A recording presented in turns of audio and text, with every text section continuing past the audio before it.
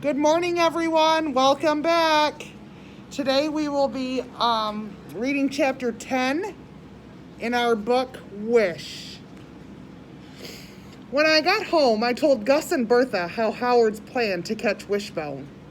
We're going to build a great big trap, I said, stretching my arms out to show how big, with chicken wire from his daddy's workshop. Gus's eyebrows shot up. A trap, huh? I nodded. Well, kind of.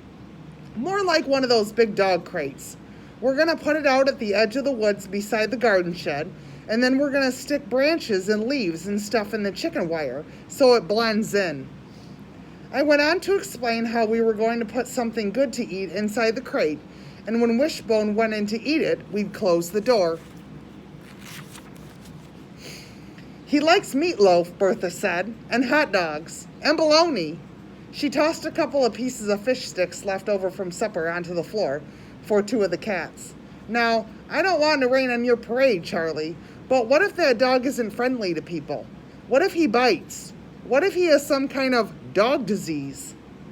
He won't bite. He likes me, I said, ignoring the question about dog disease. Gus, Bertha said, tell Charlie about that dog you had when you were a kid. And then she went and told me about Gus's dog named Skeeter, who used to catch rabbits and bring them home for Gus and his sisters to play with.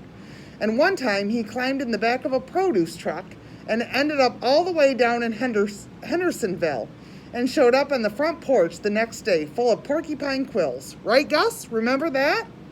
Gus nodded. I remember. And then one time he dug up a hornet's nest, Bertha said. That dog must have had 9 lives, like a cat. Must have, said Gus.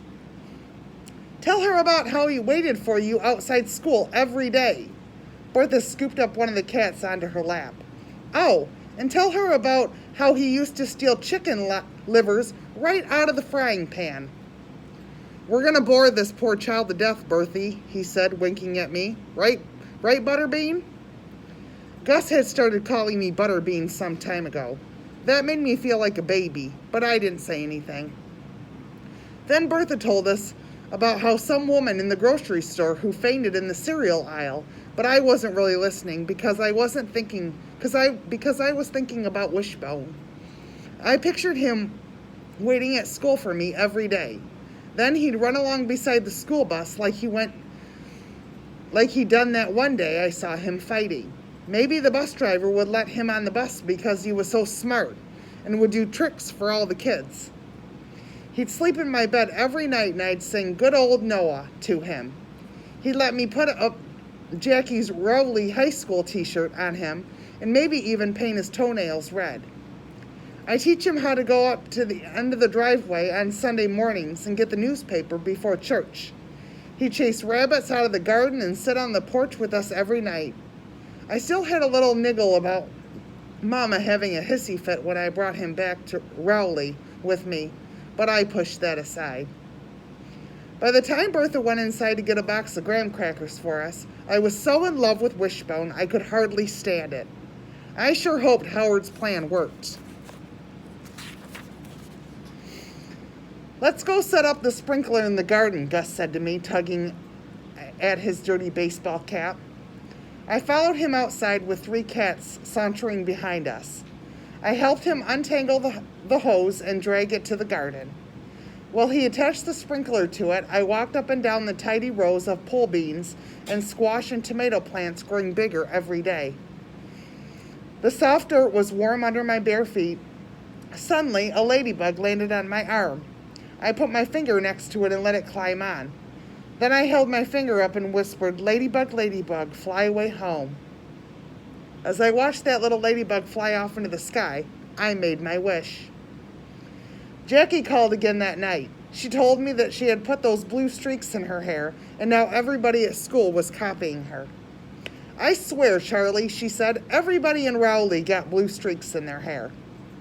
Then she told me she met some boy who played guitar in a band and had his nose pierced. His name was Cockroach, and her sorta kinda boyfriend Arlo didn't like him. Cockroach? I said, because what else can you say to that? But she just kept on talking. She couldn't wait to graduate and kiss that school goodbye. She and some girl named Shayla might move to Fort Lauderdale if Shayla's uncle could get them jobs in the Mexican restaurant. But if that didn't happen, she might go to school to be a dental assistant. She sure had a lot of plans, but it seemed like none of them included me. "Are you going to come visit me sometime?" I asked in a tiny voice that sounded like a baby. "Of course I am, Charlie," she said, "as soon as I get some time." I guess she had lots of time for Cockroach, but not much time for me. Out on the porch that night, Bertha told Gus about her day while I sat in thoughts, zipping through the trees to wherever Wishbone was. I wanted him to know he didn't have to be a stray like me. I wanted him to be mine. Then my mind wandered to the Oldmans. I wondered what they were doing right this very minute. I bet they were all piled on pillows on the floor, eating popcorn and playing Crazy Eights. I bet Mrs. Oldman was taping their school papers onto the wall and telling them how proud she was of them, that she'd have to say rutabaga so Cotton could stop drawing on the walls with marker. Gus interrupted my thoughts when he stood up and stretched and said, "Time to turn in." I hated the thought of another day at school. That awful bus with gum on the seats and kids snickering when I walked by. Mrs. Willoughby frowning at me and tossing my marked-up papers onto the desk with a sigh. The cafeteria with kids flinging peas at the others and ignoring me. There was only a few more weeks of school left, but it felt like 100 years to me. There was no doubt about it. I needed Wishbone now more than ever.